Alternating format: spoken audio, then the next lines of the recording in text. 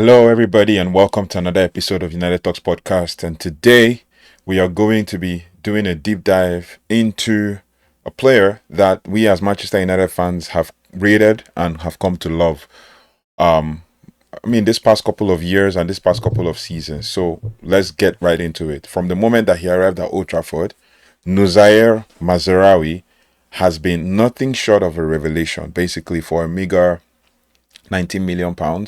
A player whose sheer quality and versatility has made him an indispensable asset to this Manchester United squad or this Manchester United team. Now came the season of the 25-26 campaign, league campaign, and the entire season for Manchester United. And his story is one of unwavering brilliance, a narrative of a player so dynamic and even with a temporary setback like the injury he had towards the end of the season of last season and the beginning of this season, he couldn't dim his light.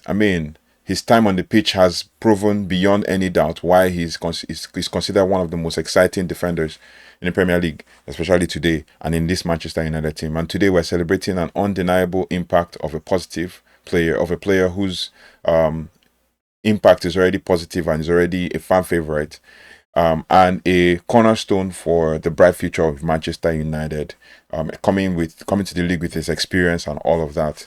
But to understand the full scope of his journey, we have to kind of rewind back to the summer of 2024, when United made the brilliant move for Mazraoui and they signed him together with Matthijs de Ligt. I've done like a review of video of this sort about Matthijs de Ligt, and we talked about him and all of that. And we got him from Bayern Munich together with Matthijs de Ligt, a combined fee of around £50 million, I think, for a strategic fee of between 15 to £20 million. That is basically for Matthijs de Ligt. For Noussair Mazraoui. This wasn't just a simple transfer, it was a testament of the club's foresight, bringing a player with a proven track record of excellence to elevate the squad. And this happened under Erik ten Hag. Basically, he was one of the players that played under ten Hag at Ajax, and ten Hag is bringing him and all of that. Same with Matthijs de Ligt, but it was a calculated, brilliant decision, and it has paid off so handsomely from day one. Basically, even when he's injured and he's back, for them to say a player of of his magnitude or of his caliber is injury prone, and then consider the number of minutes he's played for Manchester United, you will know that basically he has put in his best all through from last season to this season. And the move paid off almost immediately. Mazraoui's first season, 24-25, was nothing short of a spectacular one. He racked up an astonishing 57 appearances across all competitions, showcasing his incredible durability and consistency. And he was so reliable, so brilliant that the club insiders and journalists alike were hailing him as the best signing that we have made in years. He set an incredible high bar, and what's remarkable is what's so remarkable about this is, especially this season, is that he has also continued to meet it even with limited appearances and with injuries. While this season has seen him, sidelined for a brief period for the first couple of games, his return has actually been so much of a powerful showcase of his world-class talent. And we have to think about it because Noussair Mazraoui coming back to the squad made it look like we had strength again in the squad. No matter where he's being played, he made it look like we have strength again in the squad. And I'll give examples as we go. But he only played 31 minutes in the Premier League, in 3 Premier League matches, but every single minute he has been playing has been pure class. When you look at his pre-match efficiency, his per minute efficiency, and the data surrounding that is actually staggering. And in his brief time on the pitch, he's maintained an elite performance level, and he has a fantastic expected assist rate and an impressive 40% completion rate on his crosses. On the defensive end, he's a tackling machine, obviously, winning duels at a rate that places him at the top tier of fullbacks in the league. His signature passing accuracy increases and remains rock solid at an outstanding 78%, and the numbers don't lie. Even with a small sample size, the quality is still elite. We can always talk about Noussair Mazraoui from now to tomorrow, but the truth is he has delivered time and time and again. And obviously, the so many games he played, 57 games he played last season, kind of affected a lot of things, especially this year. And he got injured, never got involved in any preseason game, and it felt like we were short at the back. But the manager still had trust in him, and then eventually he came back, and we have a player who has added to the numbers that we have and increased our squad depth. But Mazraoui's immense value at United is about more than just the stats that we just talked about.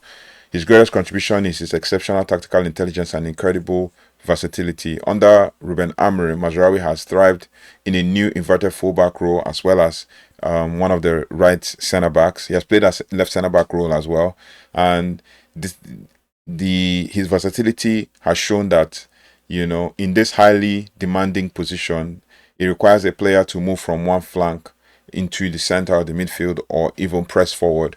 And when the team is in possession, especially, Mazraoui also executes these tactics flawlessly, creating vital passing options and helping the team break down opponents with ease. And he's also a truly a press-resistant player, a key element of the club's new progressive style of play. There was this game. I mean, there are so many games we can give as examples. We'll still talk about the examples, but the Chelsea game I want to make reference to is one of the ones where he made this long sprint when João Pedro was with the ball, and then he made the long sprint, stood him up at some point, and the moment he got his chance, he pounced and tackled. No, now, speaking of his versatility, it is a massive asset. I mean, while his natural preferred position is right wing back, he can also seamlessly transition to left back or left wing back or right back, as the case may be, and even central defensive role, as I said earlier, in the right centre back or left centre back position. This adaptability has been very crucial for the squad, providing an invaluable depth for the squad, and especially when it comes to the depth of the squad and security. Now, the trust he has earned from his coaches and teammates is a testament to his professionalism and his on-field brilliance. Now, his consistency is so reliable that he earned comparisons to one of the club's all-time legends, Denis Irwin, as a rare and well-deserved compliment. Obviously, for Noussair Mazraoui, he was compared to Denis Irwin, but the truth is, he has shown, resilience and all that. This is his second season, and the new Omar Berrada situation where, when players reach their second season, it's time to start thinking about whether to cut ties or to continue with them or to provide them another contract. So, yeah. His best performance this season was a perfect illustration of class. Right. After a careful return from injury, his first start was against Manchester City, obviously. It was a masterclass in determination and skill where he earned a fantastic player rating of 7.2, but the best was yet to come. Obviously, he played really well in that Man City game, but we lost the game. In the very next match, a thrilling home victory against Chelsea, he put in a dominant performance, playing for 64 minutes and earning a stellar 7.9 rating online, according to more than a couple of other ratings. These matches are not just highlights, they are clear evidence of the immense value he brings to the team. And every time he steps on the pitch, he always shows it. But to kind of wrap this all up, because I just wanted to talk about Noussair Mazraoui just for this season, right? Just wanted to talk about Noussair Mazraoui just for this season. So to kind of wrap this all up, basically, he has been an incredible testament of his enduring talent and positive influence on Manchester United and the Manchester United team as a whole. While these past few months have been defined by a cautious return to full fitness, the glimpse we have seen so far has been nothing short of spectacular, right? Nothing short of spectacular for Noussair Mazraoui. I mean, the narrative of the rest of the season is simple. With his full recovery, we will basically be able to witness the full uninterrupted version of the world-class player Manchester United invested in.